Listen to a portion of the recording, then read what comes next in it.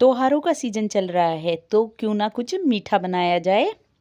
नमस्कार, मैं अंकिता आज आपके लिए लेके आई हूँ ऐसी मिठाई की रेसिपी जिसे हम सिर्फ 1 गिलास दूध से बनाकर तैयार करेंगे। तो प्लीज़ वीडियो को एंड तक देखिएगा। रेसिपी अगर आपको पसंद आती है तो लाइक और शेयर करना मत भूलिएगा। ये यहाँ मैंने 1 कटोरी से बिल्कुल थोड़ी सी कम सूजी ली है। अब हम इसमें डाल देंगे बेसन। बेसन भी मैंने उतना ही लिया है जितनी मैंने सूजी ली है। एकदम बराबर हमने दोनों चीज़ ले लेनी है।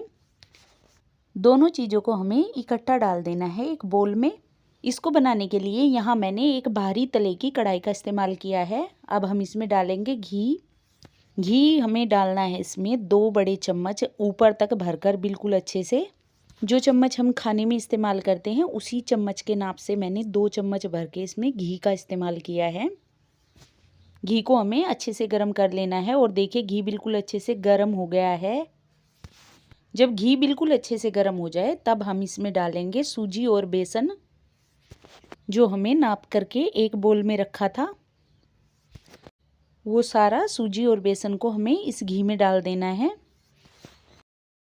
अब इसे लगातार चलाते हुए हमें घी में अच्छे से इसे फ्राई करना है।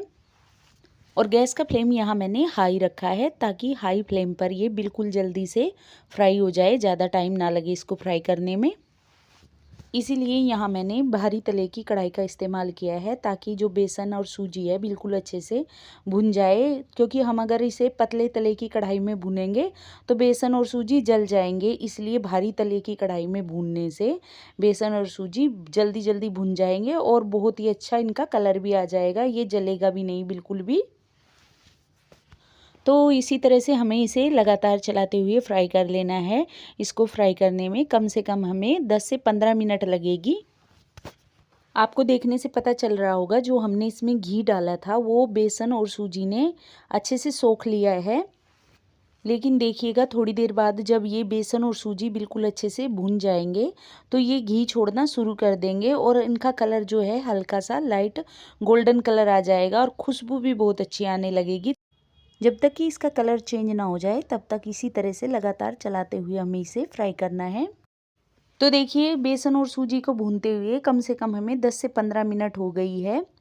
और जब हमने इसे फ्राई करना शुरू किया था तो ये थोड़ा सूखा सूखा सा दिखाई दे रहा था, लेकिन अभी इसमें से घी भी निकलने लग गया है और हल्का सा इसका कलर भी चेंज हो गया है और इसमें से बहुत ही अच्छी खुशबू आने लग गई है। यानी कि बेसन और सूजी जो है बिल्कुल अच्छे से फ्राई हो गए हैं। तो चलिए अब इसे एक बर्तन में निकाल लेते हैं। इसको फ्राई करने के बाद में आपको कढ़ाई में बिल्कुल नहीं छोड़ना है क्योंकि कढ़ाई अभी गर्म है। अगर आप ऐसे ही छोड़ देंगे तो बेसन और सूजी जल जाएंगे। आपको तुरंत कढ़ाई से इसे निकाल लेना है। अब हम इसी कढ़ाई में डालेंगे 1 कटोरी चीनी।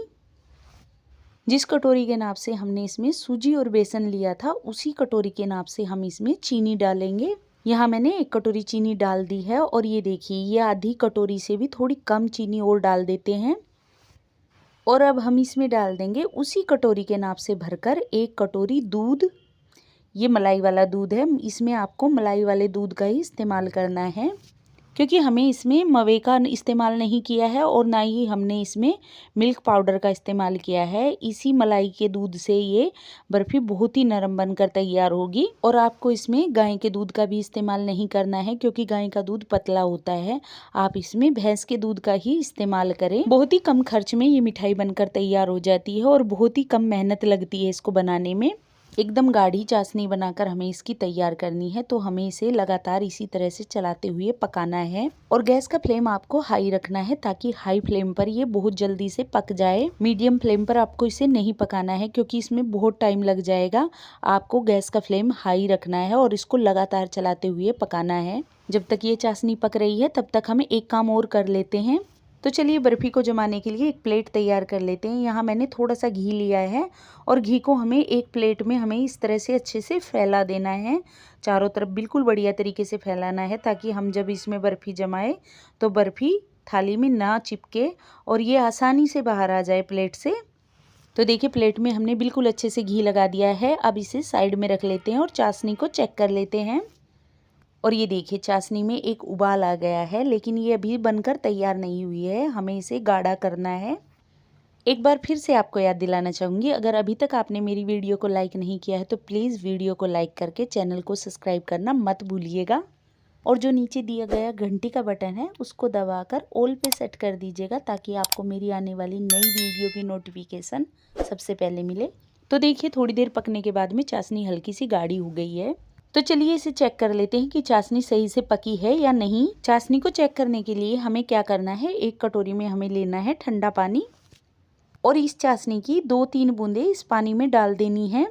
चाशनी डालने के बाद में इसे इस तरह से हमें इकट्ठा करके देख लेना है। अगर चाशनी इस तरह से इकट्ठी होने लग जाए तो आप समझ जाइएगा चाशनी बनकर तैयार हो गई है। चाशनी के पकने के बाद में अब हम इसमें डाल देंगे थोड़ा सा सूखा नारियल। सूखे नारियल को कद्दूकस करके डाल देना है इसके अंदर। आपको अगर नारियल खाना पसंद नहीं है तो आप इसे स्किप भी कर सकते हैं, लेकिन नारियल डालने से इस बर्फ़ी में बहुत ही अच्छा टेस्ट आएगा।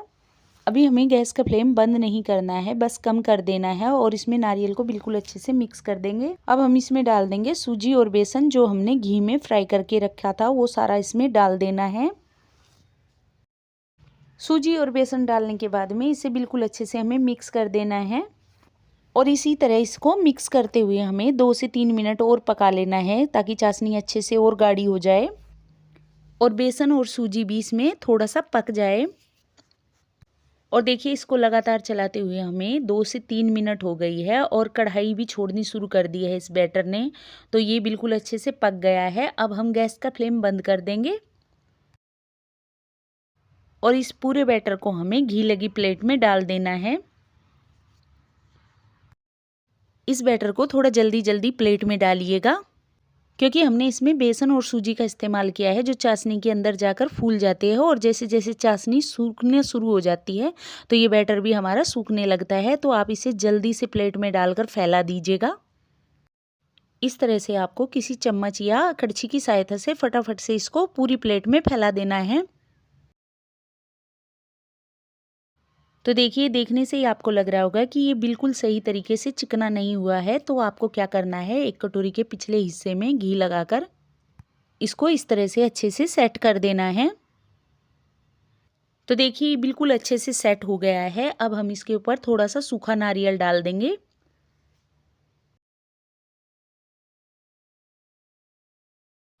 अब हम इसके ऊपर थोड़े से कटे हुए बादाम डाल देंगे। वैसे आप चाहें तो इस बर्फ़ी को बिना ड्राई फ्रूट डाले भी बना सकते हैं। बिना ड्राई फ्रूट के भी ये बर्फ़ी बहुत ही स्वादिष्ट बनकर तैयार होती है। ड्राई फ्रूट डालने के बाद में हमें हल्का हल्का सा इनको दबा देना है, ताकि ये बर्फ़ी के अंदर अच्छे से चिपक जाए। तो देखिए, ये बर्फ़ी बिल्कुल अच्छे से सेट हो गई है। अब हम इसे काट लेते हैं। तो देखिए, चाकू के काटने से ही आपको पता चल रहा होगा कि बर्फ़ी हमारी बहुत अच्छी बनकर तैयार हुई है। आप इस बर्फ़ी को किसी भी त्योहार पर बनाकर खाइएगा, बहुत ही आसान है इसको बनाना। और अगर आपके घर में कोई मेहमान आ जाए तो आप इसे फटाफट से बनाकर उनको खिला सकते हैं। बहुत ही अच्छी बनती है ये बर्फ़ी। मैं आपको इसका एक पीस निकाल कर दिखाती हूँ और देखिए कितनी आसानी से इसका एक पीस निकल गया है और बहुत ही अच्छी हमारी बर्फ़ी बनकर तैयार हुई है। इसी तरह से बाकी के सारे पीस भी हम इसके निकाल लेते हैं। मैं आपको इसका टेस्ट बताती हूँ। ये इतनी टेस्टी बनकर तैयार हुई थी कि बाहर से ये थोड़ी सी क्रिस्पी थी और अंदर से बिल्कुल नरम थी और एकदम दानेदार बनकर बर्फ़ी तैयार हुई थी। ये देखिए कितनी नरम हमारी बर्फ़ी बनकर तैयार हुई है। तो आपको ये रेसिपी कैसी लगी मुझे कमेंट करके ज़रूर बताइएगा। रेसिपी अगर आपको पसंद आती है तो प्लीज़ वीडियो को लाइक करना मत भूलिएगा। Thank you.